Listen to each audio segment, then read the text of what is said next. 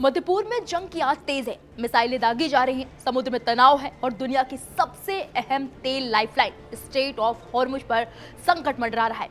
लेकिन ऐसे मुश्किल वक्त में दुनिया एक बार फिर भारत की कूटनीति और रणनीतिक ताकत को देख रही है। दरअसल ईरान युद्ध के चलते हॉर्मुज स्ट्रेट से जहाजों की आवाजाही बुरी तरह प्रभावित हुई है।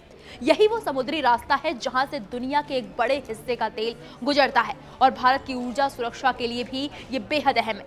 जैसे ही हालात बिगड़े, भारत तुरंत एक्टिव हो गया। विदेश मंत्री एस जयशंकर ने ईरान के शीर्ष नेतृत्व के साथ साथ खाड़ी के कई देशों के नेताओं से बातचीत शुरू कर दी, जिससे भारतीय जहाजों को सुरक्षित रास्ता मिल सके। वहीं प्रधानमंत्री नरेंद्र मोदी ने भी ईरान के राष्ट्रपति मसूद पेजेकिशियन से फोन पर बात की और भारत की तरफ से शांति और स्थिरता के लिए प्रतिबद्धता दोहराई और इसका असर अब दिखाई देने लगा है। कठिन हालात के बावजूद हॉर्मुज के दरवाजे भारत के लिए खुलने लगे हैं। भारतीय ध्वज वाला जहाज जगलाडकी अब कच्चा तेल लेकर भारत के लिए रवाना हो चुका है। ये जहाज संयुक्त अरब अमीरात के फुजैरा टर्मिनल से करीब 80,800 मीट्रिक टन मुर्बन कच्चा तेल लेकर भारत की ओर बढ़ रहा है। दिलचस्प बात यह है कि जब ये जहाज फुजैरा के सिंगल पॉइंट मोरिंग पर तेल लोड कर रहा था, उसी दौरान वहां ऑयल टर्मिनल पर हमला भी हुआ, लेकिन उसके बावजूद जहाज और उस पर सवार सभी भारतीय नाविक सुरक्षित रहे और 15 मार्च सुबह करीब 10:30 बजे ये सुरक्षित रूप से भारत के लिए रवाना हो गया।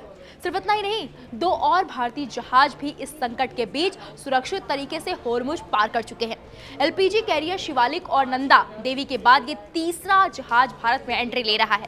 इन दोनों जहाजों पर मिलाकर करीब 52,712 मीट्रिक टन एलपीजी लदी हुई है। इनमें से एक जहाज 16 मार्च को गुजरात के मुंद्रा पोर्ट पहुंचेगा, जबकि दूसरा जहाज कांडला बंदरगाह पर पहुंचेगा। सबसे अहम बात यह है कि इस पूरे ऑपरेशन के दौरान भारतीय नौसेना लगातार अलर्ट मोड पर है और जरूरत पड़ने पर इन जहाजों को एस्कॉर्ट भी कर रही है, जिससे किसी भी खतरे को वक्त रहते नाकाम किया जा सके। सरकारी आंकड़ों के मुताबिक फिलहाल फारस की खाड़ी के पश्चिमी हिस्से में 22 भारतीय ध्वज वाले जहाज मौजूद हैं, जिन पर 611 भारतीय नाविक तैनात हैं। इन सभी जहाजों की गतिविधियों और सुरक्षा पर लगातार नजर रखी जा रही है और इसके लिए डायरेक्टरेट जनरल ऑफ शिपिंग का कंट्रोल रूम 24 घंटे सक्रिय है।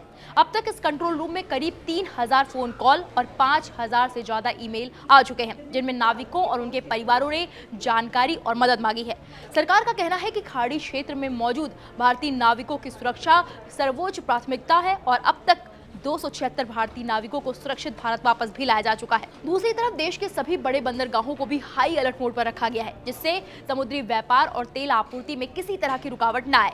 यानी साफ है, जब दुनिया युद्ध और अनिश्चितता के दौर से गुजर रही है, तब भारत सिर्फ कूटनीति ही नहीं बल्कि रणनीतिक और मानवीय स्तर पर भी मजबूती से काम कर रहा है और यही वजह है कि संकट के इस समुद्र में भी भारत के जहाज आगे बढ़ रहे हैं और भारत की ऊर्जा सुरक्षा की राह खुली हुई है। फिलहाल इस पूरे मामले पर आपकी क्या राय है, मैं कमेंट बॉक्स में जाकर जरूर बताइए।